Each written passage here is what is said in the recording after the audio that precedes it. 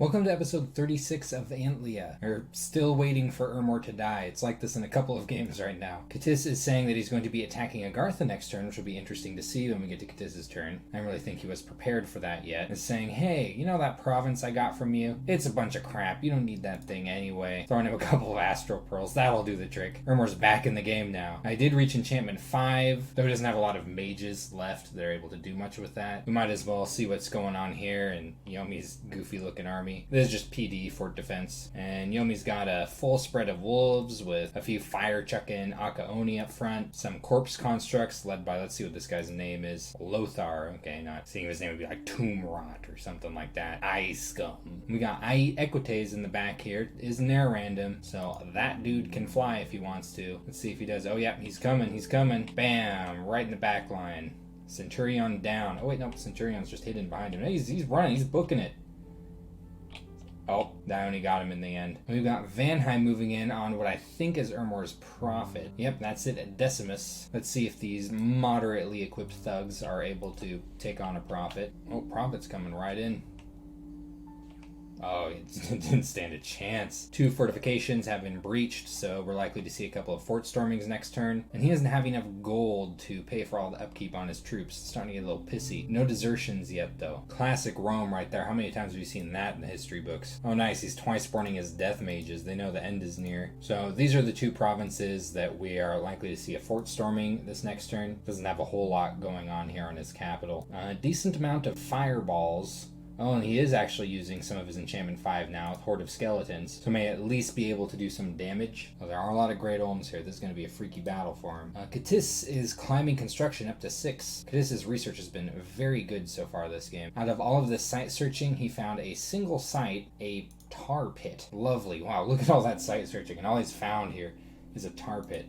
He's really on top of his site searching too. I think he could definitely use a few more of the Enchantress randoms, but he's at least working the few that he has on their site searching. You know, something that I haven't seen from him yet is water. It's kind of funny considering that, you know, he can just random it from a mage you can recruit on any fort, but I guess he just hasn't got lucky with it yet. Oh, and here's the invasion. It's not big and grand. It seems to just be messy raiding parties. Oh, this is actually kind of funny. A couple of Horde of Skeletons casters. I like that random casting a Sleep Cloud. Why not? Bunch of undead. Crystal Sorceress, the Astral 2-1 spamming Mind Burn. I like it. What's going on up here? Oh, these are the mercenaries, actually. Light of the Northern Star, making use of the pearls that it's carrying so that these boys can spam some Mind Burn. And oh yeah, this right here. Oh, this has a funny story behind it. So Simios here is a real player. Let me tell you. What's this?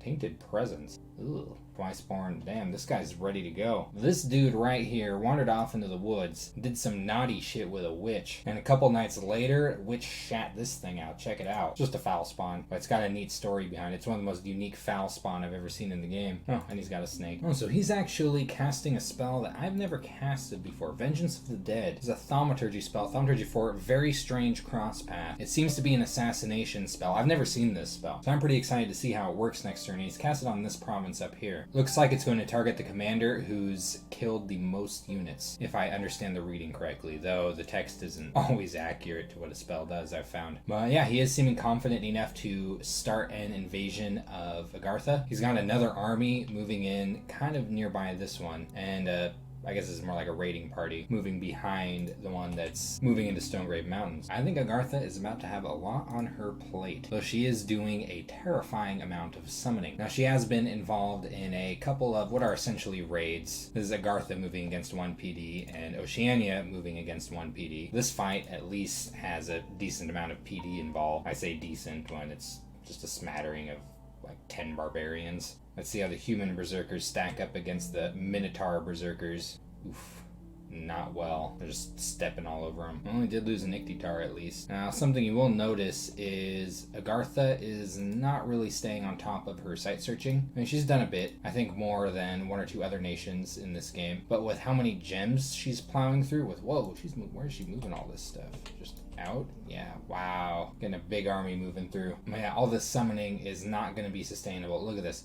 1 fire gem per month, 2 air gems, 1 water gem, 7 earth gems. It's actually kind of bad for Agartha at this stage of the game. 3 death gems. She needs more gem income really badly. For a minute there, Agartha was looking really terrifying, but now that Katis is making a move, And Katis has a lot of mages and a lot of research, and he's actually not fielding that many mages yet. Katis has become pretty scary, and while not much has really happened in the Oceania fight so far, we haven't seen any armies come up against each other, she's gonna have to do something once Katis starts moving in. And I think gems are really, really important to Agartha's long-term strategy. Now, what she does have is a lot of mages and decent research, so she should be able to defend herself for a good minute. It's just you got to consider when she's moving this many mages, she is missing out on that research. She doesn't have any research ramp strategies going. Like, she doesn't have a whole lot of fire gems going, so when she does reach construction 6, she's not going to be able to make that many lanterns. I'm definitely a little bit concerned for Agartha's long-term strength now that Katis is moving in. Someone is doing a lot of site searching though, and that is Fomoria. Wow, look at that, 3 construction levels in one turn. Should be hitting construction 4 next turn, which opens up a lot of nice things. He's found a couple of magic sites this turn. Garden of Pearls, which is the nice double pearl site that we've seen a few times in recent videos, and a Gorge in Yellow Mountains, a simple earth gem site. Always welcome. And if you compare Fomoria's gem income to Agartha's, look at this, 5 fire gems, 9 air gems, 4 water gems, 6 earth gems, 4 pearls, 6 death gems, 4 nature gems. It's a lot better. And he's continuing his site searching. So this is a very important part of the game where you've got to get on top of your site searching. Of course, this is also a really important part of the game where you're generally at war. And if you're not at war, you're not growing, which is bad. Fortunately for Fomoria, he is at war and it's going well. He just stormed his enemy's capital with a whole bunch of Fomorian javelinists surrounding a core of mages, probably doing air magic evocations, and some birds to tie up whatever is going on in here. Let's see. Oh, a few bats. They got a scorpion, a couple of mages. They have their own bird. Shabalba has pretty much completely evacuated his capital. Wow, these birds are doing most of the damage outright. Not even giving the mages a chance to get much in. Well, at least they're getting some of the, what are these guys? Shabalban dart throwers on the walls. And there they retreat right up into the air. Hoping that scorpion can't fly away, though. And that's that. Minimal losses for Fomoria, just a few birds. Kind of a surprising amount of birds, really. Looks like that scorpion chunked a few of them, and maybe the Fomorian druids or javelinists also got a few of them. He did breach the fortification in Endless Caverns, and he is storming it. No mage support, just going to be a whole bunch of javelins. And it looks like he's now combining his army here to perhaps take on the fort at Swinland. Elsewhere, he is continuing to move mages around for site searching, doing a pretty good job at that. This looks really freaking terrifying though. Am I insane, or did something change in a recent patch about, look at this. We're only seeing one kind of any unit in people's stacks. Maybe I'm just going crazy. Vanheim has received a message from Yomi. Yomi is looking to squeeze into 62, maybe for now. And Vanheim is like, no. This is 62, by the way, right here. Vanheim has found a couple of magic sites, which is good. I was even just recently kind of commenting that he hasn't done that much site searching yet, so it is good that he's starting to get on top of it. So he's kind of just mostly been moving around a couple of dwarves. Found a Sparkling Fields, getting some air gem income. And ooh, this is a really nice magic site. Broken Maze, 2 earth gems and a pearl every turn. So while he hasn't done an enormous amount of site searching, he's getting at least a little bit lucky with them. 4 fire gems, 9 air gems, 7 earth gems, 3 pearls, and a death gem turn. Nothing else. The rest of this stuff is from events or blood hunting. Looks like he is having some problem with bandits in this wasteland. What does he got here for PD? Single Vanheers? Honestly, he might be able to take it. Air shield, blessing. What's his blessing again? Attack skill, shock resistance, cold resistance, reinvigoration, blood surge. Yeah, he might have this charged body. Oh, unless he just fatigues himself out here. Casting Windrunner on himself over and over. Yeah, fatigue 99. Great. How many arrows do these guys got?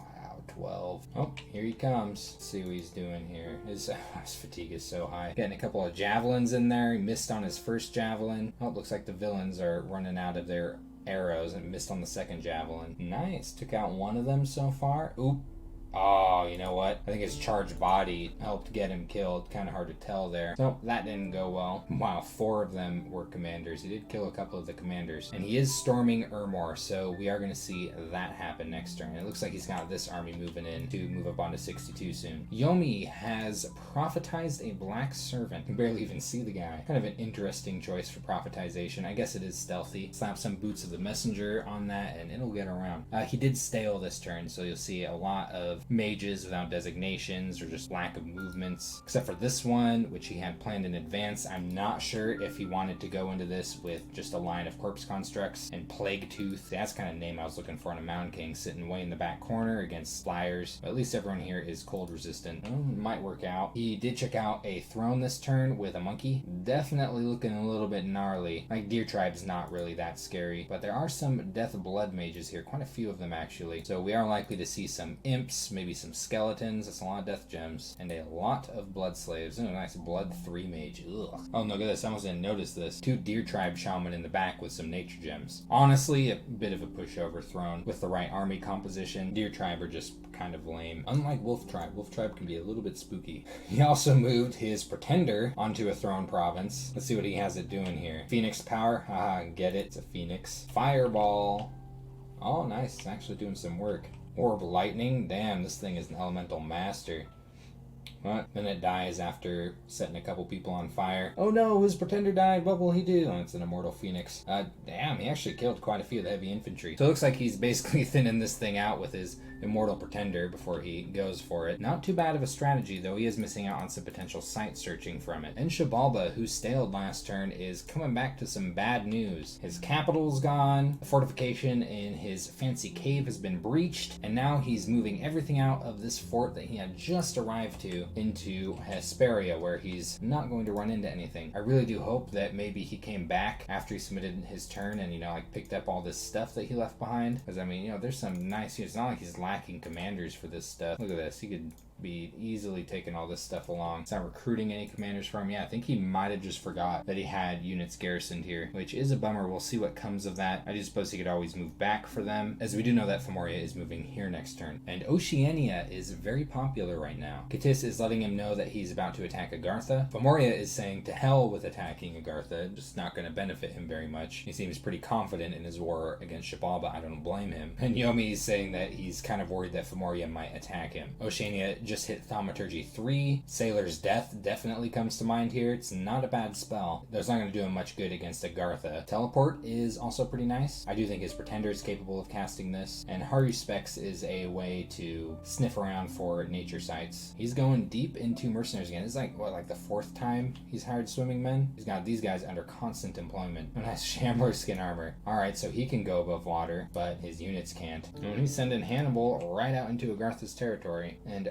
what's this? Moving this army into Defaros, if I remember correctly. Nice. We're going to see some blood next turn. That's what I like to see. Not seeing anything over here as of yet, though. I really do want to see this thing fight. Gosh, look at all those water gems it has. It's not even a water mage. What the heck? How do you be an ancient kraken and not pick up water magic? So that's been turn 37 of Antlia. I'll have a couple of castle stormings to look forward to next turn, as well as a battle between Oceania and Agartha. A long time coming. We'll see the resolution in the next episode.